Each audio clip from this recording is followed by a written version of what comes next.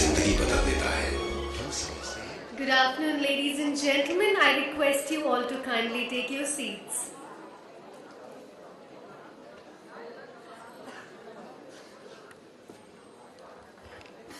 Once again, a very good afternoon and welcome back to the third edition of the New Indian Express ThinkEDU Conclave 2015. I hope all of you are ready for the next session.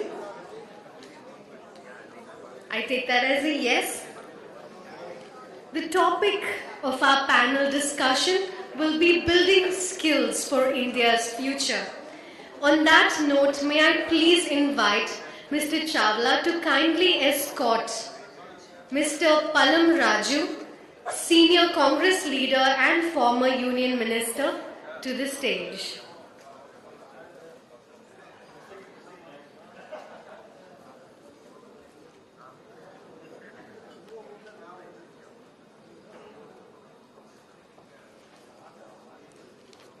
We also have with us Dr. L. Narendranath, Director, Nizams Institute of Medical Sciences,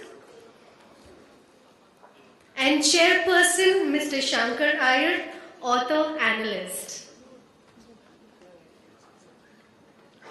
Ladies and gentlemen, before we begin, I would like to quickly take you through the guidelines.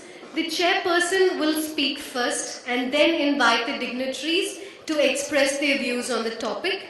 Each speaker will be given 8 to 9 minutes to express their views individually. And after everyone has spoken, the chair will open the topic to everyone and a group discussion will ensue. The last 5 minutes will be dedicated to taking questions from the audience. And with that, please join me in inviting Mr. Iyer to take over and start the proceedings.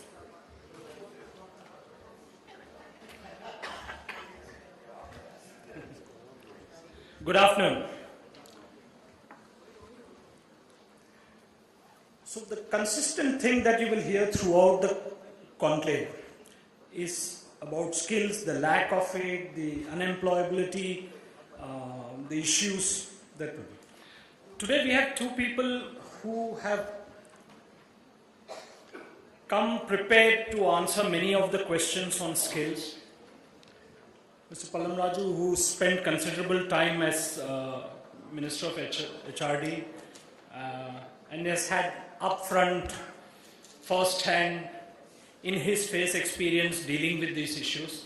And Dr. Narendranath, as a doctor and also as an individual who looks at skills differently. So the question that we need to look at really is, why is that we have this issue of skills? We have skilled people, but they don't seem to be available where they are needed. Any urban city, you can't find painters, you can't find people who do good plumbing, you can't find electricians, and if somebody finds them, they hoard those numbers and persons. You can't find good drivers, you look for good mechanics. And it's not that they're not there. I know for a fact that whenever I have to stitch something, that I consult Prabhu for a good tailor in Delhi, because he has all the addresses and numbers of the best tailors in Delhi. So what's happening in this sector? And the other thing that I wanted to look at is that instead of institutionalizing all this, after all, the trade brings up the skills, like a goldsmith or a person who works at a construction site. Why can't these skills be certified? Why should a plumber be called a plumber? Why not call him a master plumber or a master electrician? Give some dignity to the skill. Give some certification which will enhance the value of his income.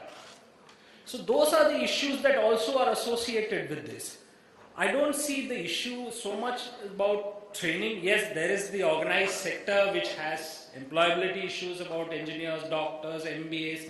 Everybody who studies and comes to a job office or to a service office is always found unemployable because there has to be a hurdle meter to be employed. But there is also the fact that there is this huge talent of skilled people who have no branding, if I may say so. So let's look at some of these issues, and in this country we lament very well. One of my favorite lines about India is that the lament about India is not what it could not do, but what it could do but did not do. So let's look at some solutions also, doable stuff. So does every accountant have to be a BCom or a chartered accountant? Does everybody who works in a hospital need to have gone through some medical college? Does a pharmacologist necessarily have to have a B.Pharm? Those are the issues that also I think need some amount of attention to detail. But I'll start with Mr. Pallam Raju, if you can sort of set the tone for the discussion, and then we'll go to Dr. Narendranath, and then we can have a conversation and hopefully some questions. 3:30, 4:15 will wrap. Yeah?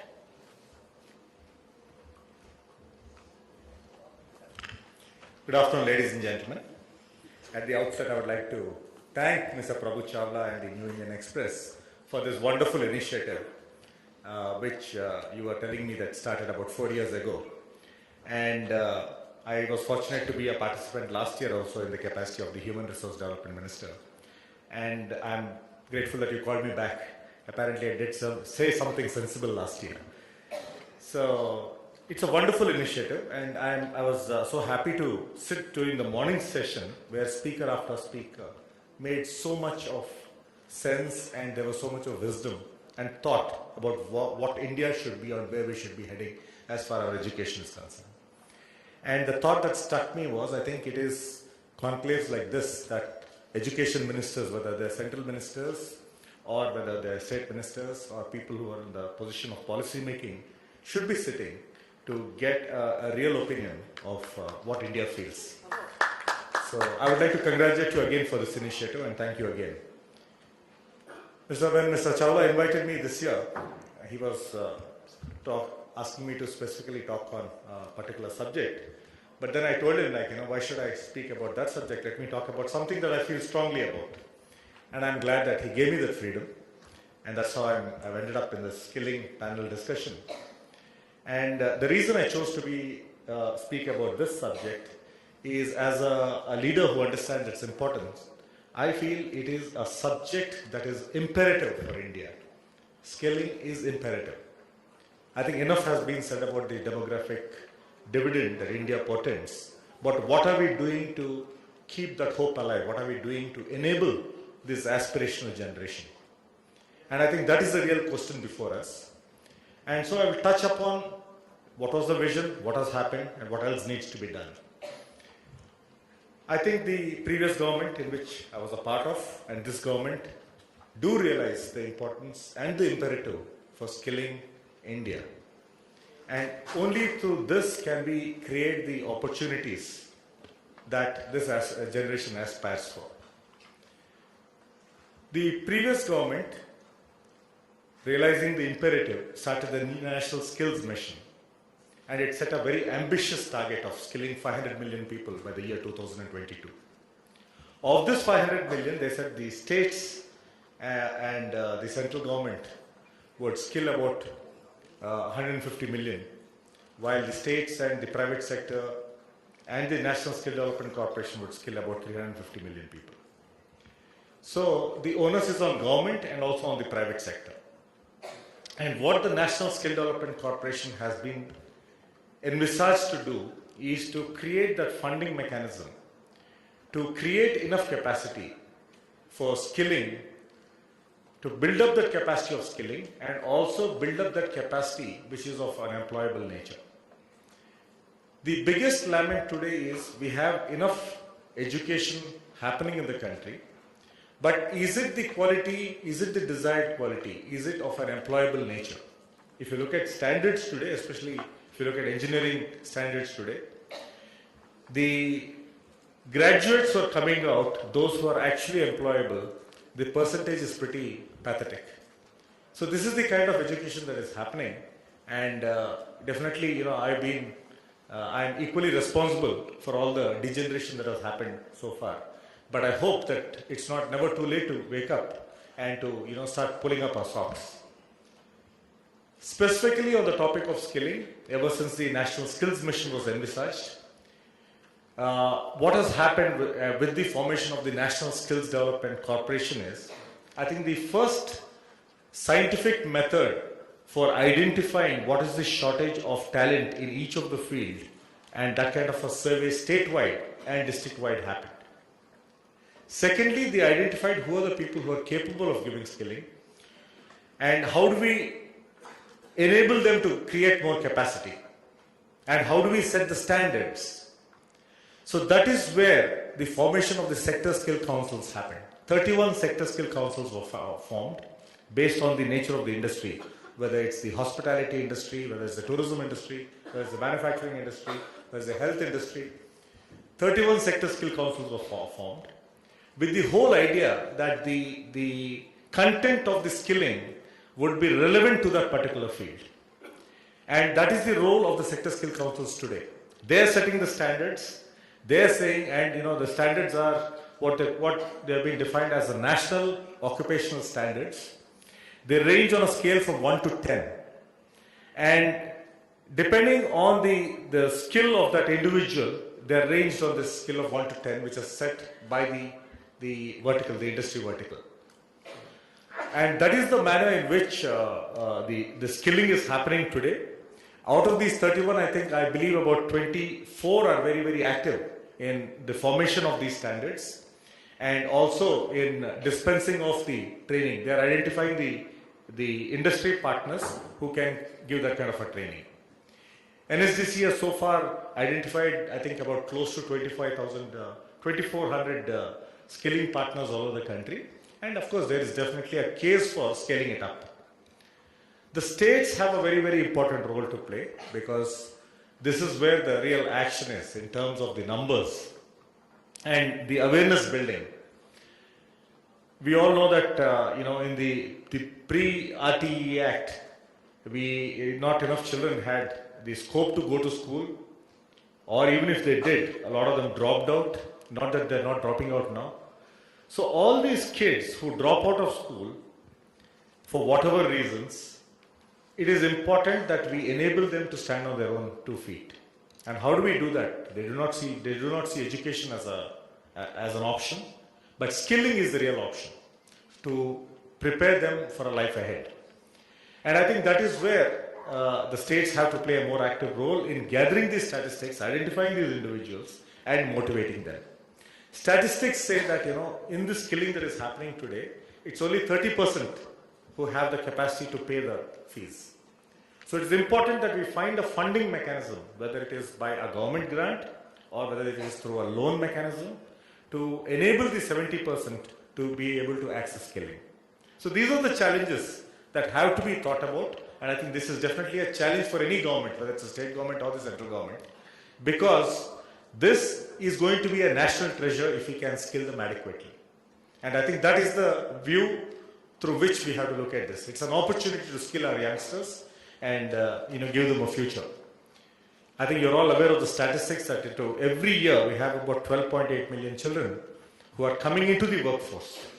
And this is the opportunity, the potential opportunity if we can skill them adequately. You heard the opening speaker lament about the shortage of skilled workmen. And but let me assure you, what the sector skill councils are doing is through these training partners of the NSDC, they are giving them a certificate. So that, and also the certificate talks about the level to which they are skilled. So this is what is happening on the ground, but not enough awareness is there. But the need today is to scale this up. And how do we scale this up? Is the real question before us. I think more needs to be done. And if you look at the current government's vision of, having things happen, make in India is to happen, I think we have to identify the skill sets that are needed, whether we have to be an economy strong enough to nurture our growing defense needs. We've been successful as far as our nuclear needs are concerned. We've had a very, very successful space program. But I think the success, although significant, hasn't been commensurate in the field of defense. And I think that is one thing that we definitely need to focus on.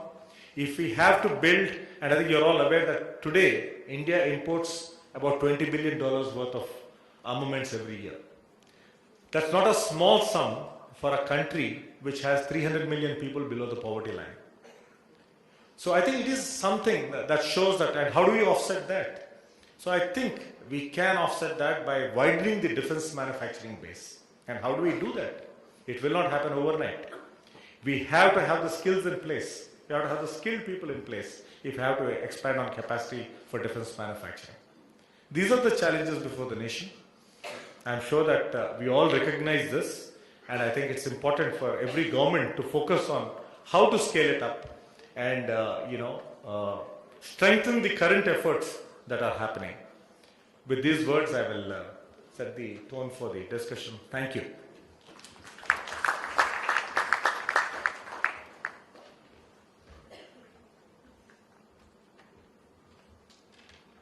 Good afternoon.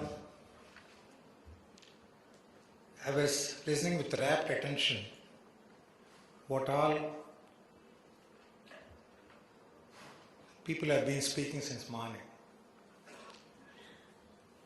and the type of education that we need,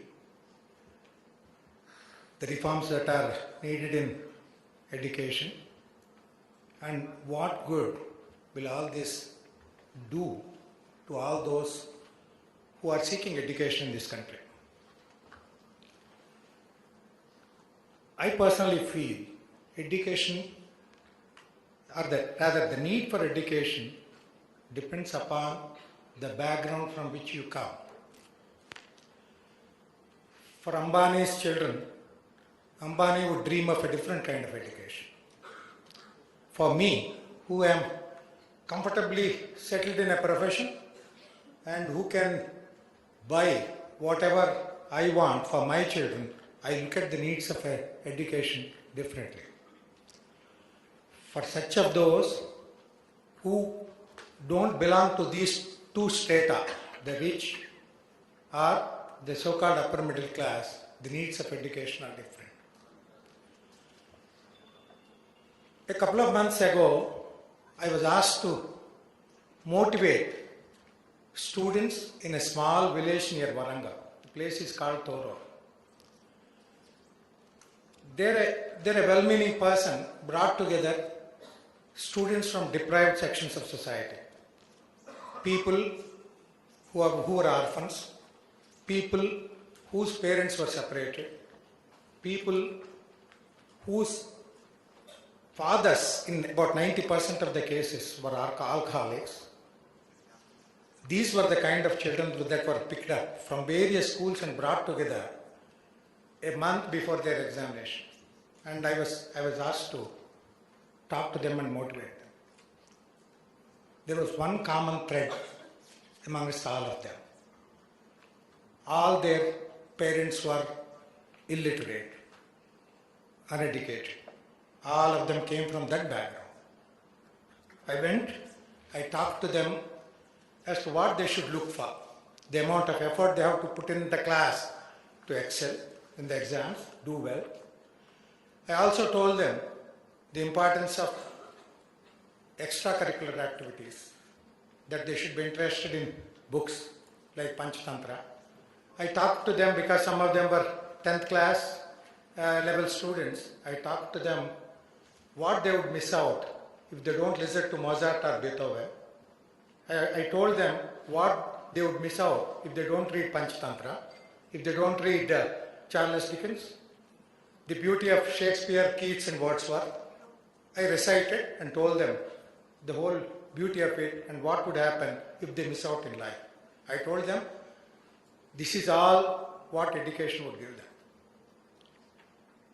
I thought I motivated them well. Then I was faced with a very awkward question. One of the most awkward questions I have ever faced in my life. It's awkward from my personal point of view because I didn't know how to answer it.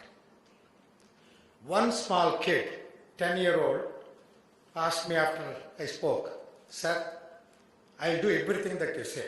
I'll work very hard. I'll read well. I'll do everything that you say. Sir, if I do all that you say, will I have a happy life? Will I get a job? Will I do as well as you have done in life? Will I have a roof over my head? Can I take care of my parents?" I didn't have an answer. I couldn't honestly tell them that just this would assure a career for you. After coming back, suddenly I remembered that my ward boy told me that both his children were in engineering college. I thought they must have finished. With this background, I asked him, "What are your children doing?" He said, "They have completed college." "What are they doing?" "One fellow is roaming on the streets, the other fellow is driving an auto. One was an electronic engineer and one is a qualified civil engineer." I wish this ward boy, those small kids in that village are in minority. No, I don't think they are in minority. A lot of us who are sitting here are in minority. Out there, those people are in majority. The majority are looking for something different from education. They're not talking of technical skills, organizational skills, managerial skills. Mark my words, they are looking for survival skills. In whatever way we can give it to them. They are looking to live a decent life, a life which is different from whatever their parents have given them. They are trying to live with honesty, integrity in the society. That's what they are looking for. That's what made me look at the whole education field from a different point of view altogether. A lot of us who are well-meaning, a lot of educationists, a lot of philanthropists, and those in education enterprise, I would call it, a lot of people are in business as far as education is concerned. We all have sold very colorful dreams to all these children. We told them, just go to school, everything will be fine. Just get a degree, a postgraduate degree, you are going to do wonders. Your life is going to be set. But let us have the honesty to admit that it's not going to happen. Simply not going to happen. For the simple reason that we are telling them, teaching them everything excepting skills to survive. In whatever way you package them, these are the skills that are needed by society. So an education, for pure education sake, for knowledge sake, for enjoying various facets of education are not needed by them. So if we have to think of as responsible citizens of the education needs, that's what we have to address. We are all worried that only 90 million people are going to school, 3 crores are going to college. Tell me how many of them are making a career after their education? How many of them are able to use their education to survive, live? When I first appeared for a competitive examination in medicine, 10,000 people applied. When my daughters applied for the same examination, 1 lakh people applied. Today, if 3 crore people are coming out of colleges, acquiring a postgraduate degrees or whatever degrees are there in whatever we prescribe or say our education thing, what is happening to them? How many of them are able to find a livelihood from whatever we are teaching in the colleges? Then what happens to the rest? I am really worried to think what would happen if the rest of the 75% or 85% of the students also decide to go to college and come out.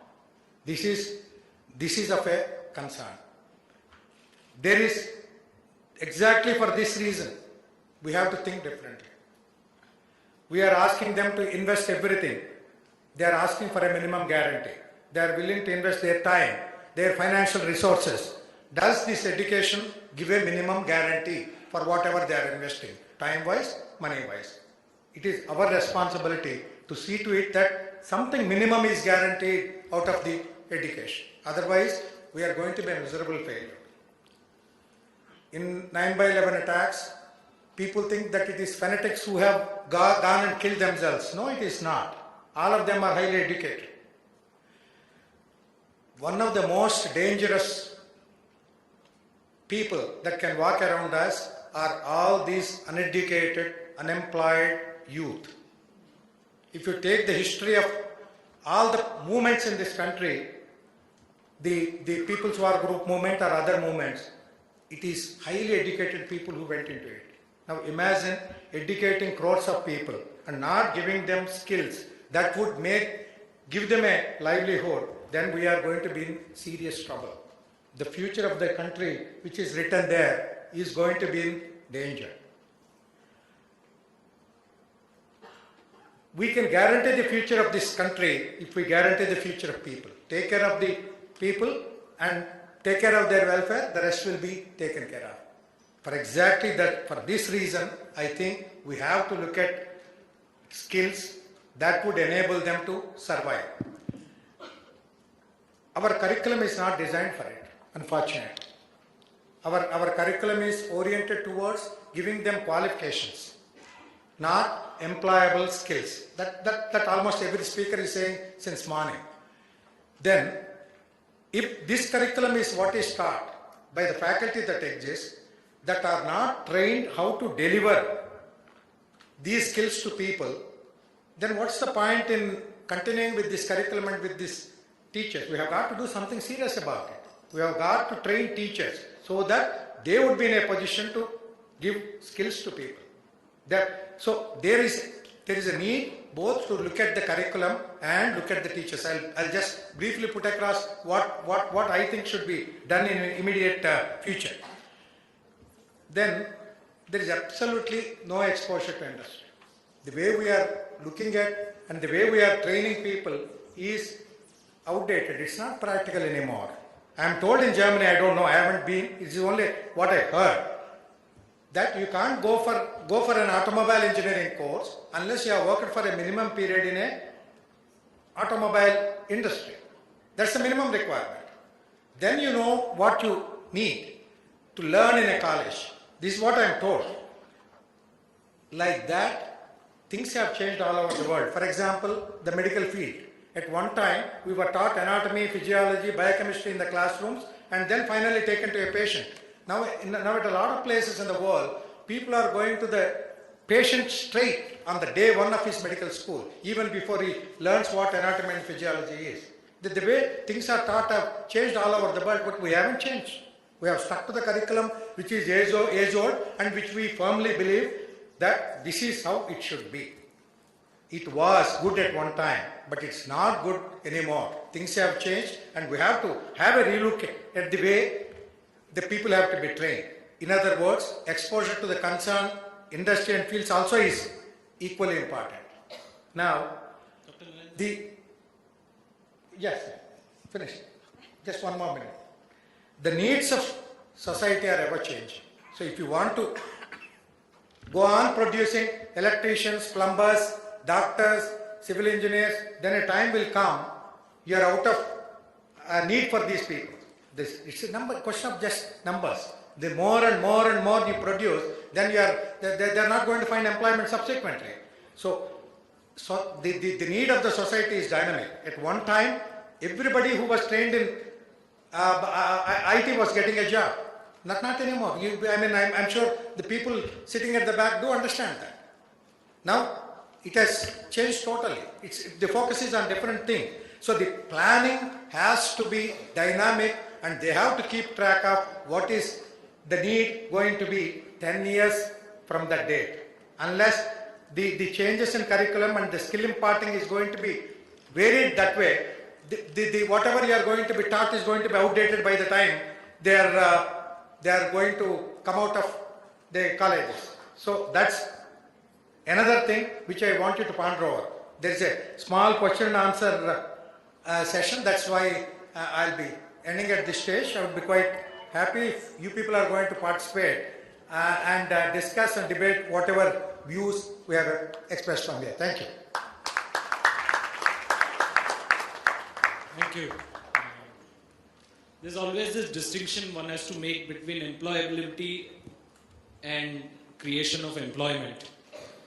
Because there are not enough employment opportunities is not really a reason to not make people employable. Mr. Pallam Raju, one of the things that when you look at the government's approach in skills development and training, it looks focused on the organized sector, it looks a bit top down.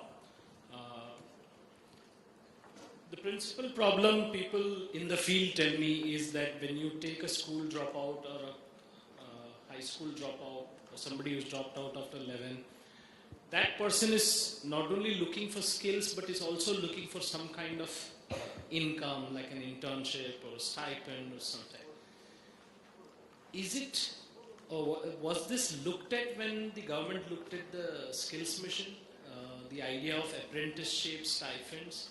And how difficult has been the building of partnerships with private sector?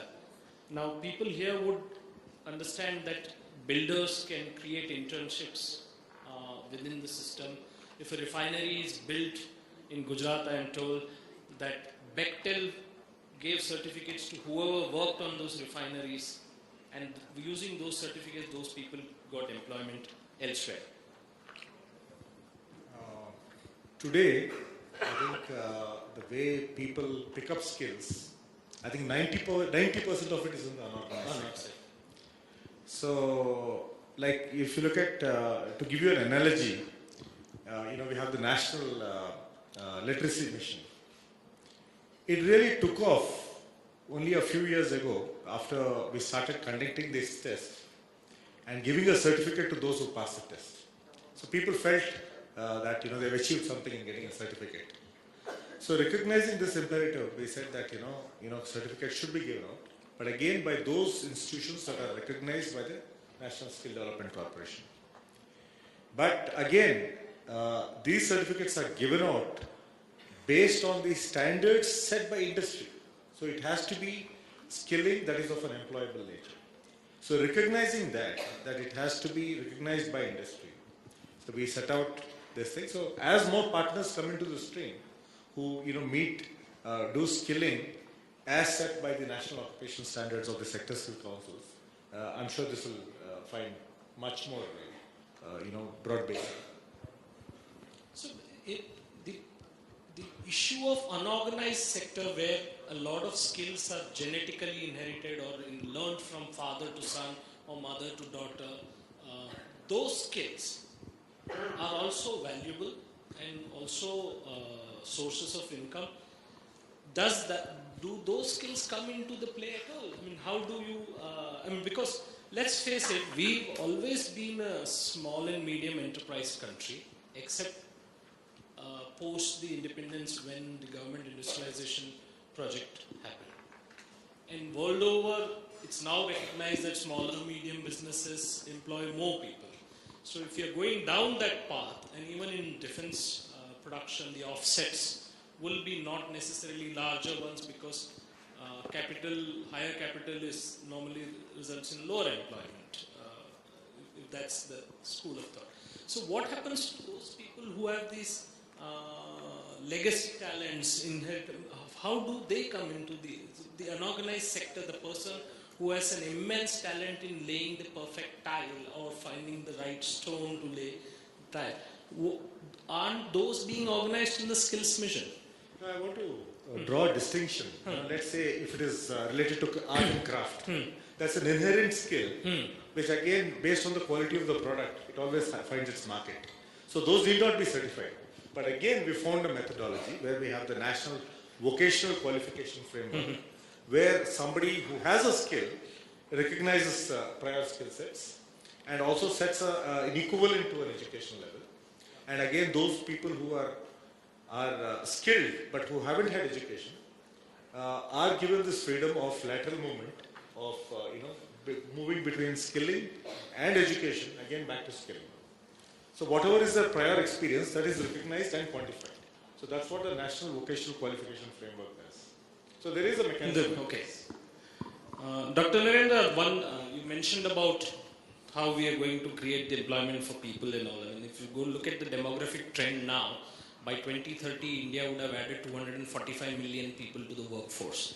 There is nothing that suggests any country has been able to employ all that number of people. But the point is that you can't leave them unemployable, but you have to skill them. How the economy evolves is its own story. I'm sure a lot of people here in the audience would know that those who we all learned by using a slate and a pencil. There is going to be constant churn in the economy. But specifically in your domain, I wanted to ask you. You mentioned about doctors coming day one and visiting patients. That seems a little revolutionary given our glacial piece of changing curricula. But if I were to ask you to give 2 ideas which are doable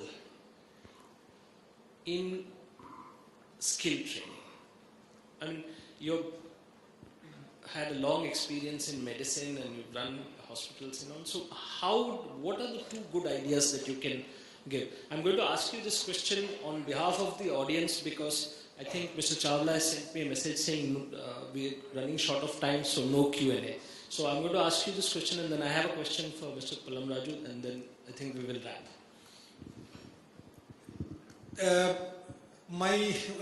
We are 3 generations of doctors right now. My father graduated from Stanley Medical College here. After house surgency, because that's a level at which I can compare, because my father was just an MBBS doctor. But then, what he could do with his MBBS degree was amazing. He could do more than what I could do at that point of my training. After my house surgency, I was less skillful than my father was. My 2 daughters are doctors as well. They're worse than me. So, honestly, I'm just telling you the truth. They're worse than me. No, I was trying to analyze what happened. The period of training was cut short. We are trying to produce doctors at a very young age, and this is the second country in the world. I think it's if the data is correct. If the data is current as on today, which produces the youngest doctors.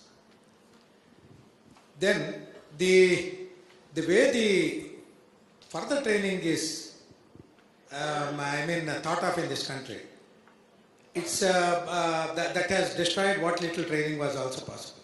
For example, in intermediate, you study very hard to become a doctor. Your whole life is gone studying for entrance examinations.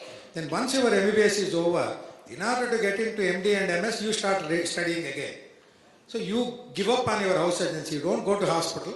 You just take books and keep reading at home. Finished.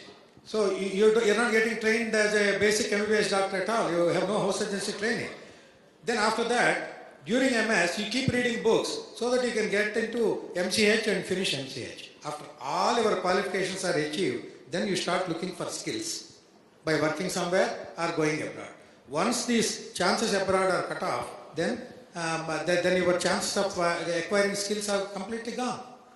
The only way to go about it is to do away with this examination system and give more opportunities. Of course, this is not a proper forum as to have some ideas as to how it can be done. But then the thing is, you do away with these exams business and make people get focused on training part of it. Skills will automatically come. Okay. Mr. Pallam, one of the issues that has repeatedly come up on Skills Mission is one of creating capacity. As you said, scaling of the skilling. What are the 2 big hurdles in this?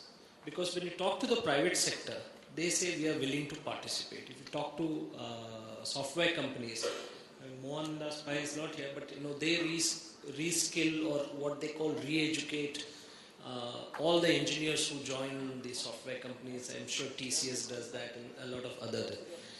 So other companies also talk, automobile companies also talk about it. And so there is a willingness to participate and hopefully. Is the creation of capacity a necessity? Can't the curriculum be fixed to make the students who roll out more employable with better skills? And what else can the private sector do to create capacity? I mean, you spoke about 500 million people needing to be skilled by 2022, and that's a huge target. Yes, it is a huge target.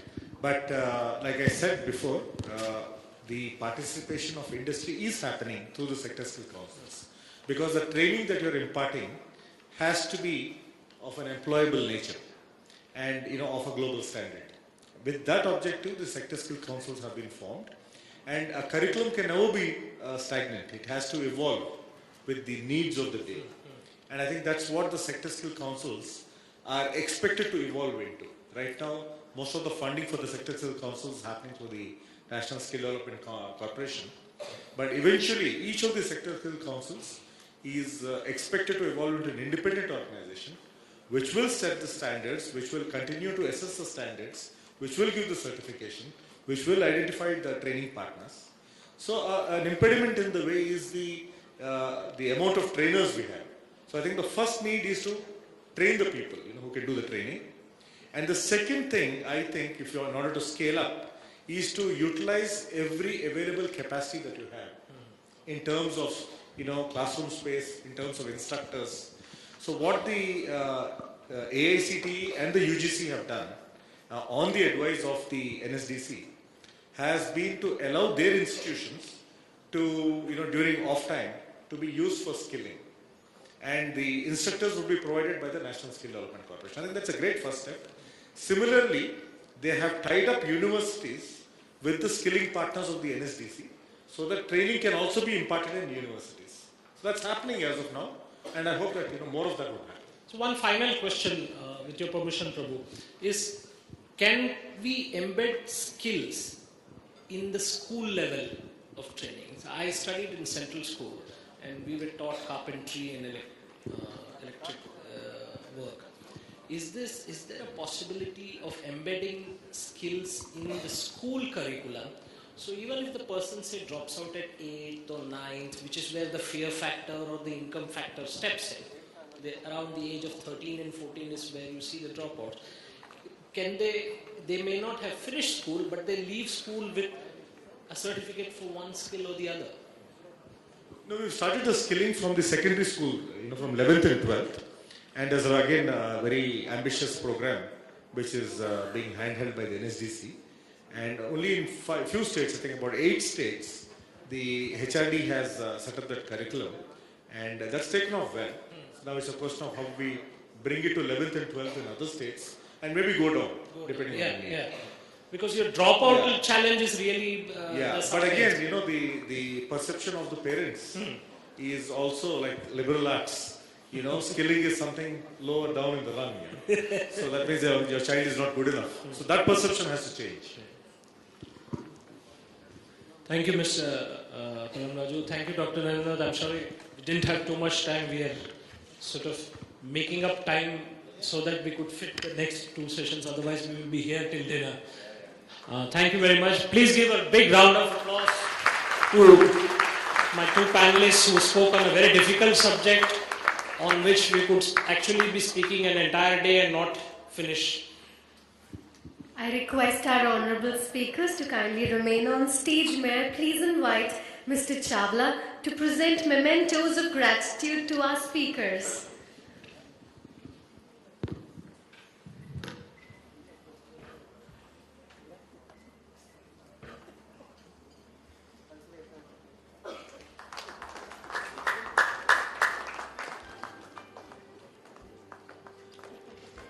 I'd like to request you all to please step forward for a group photo opportunity.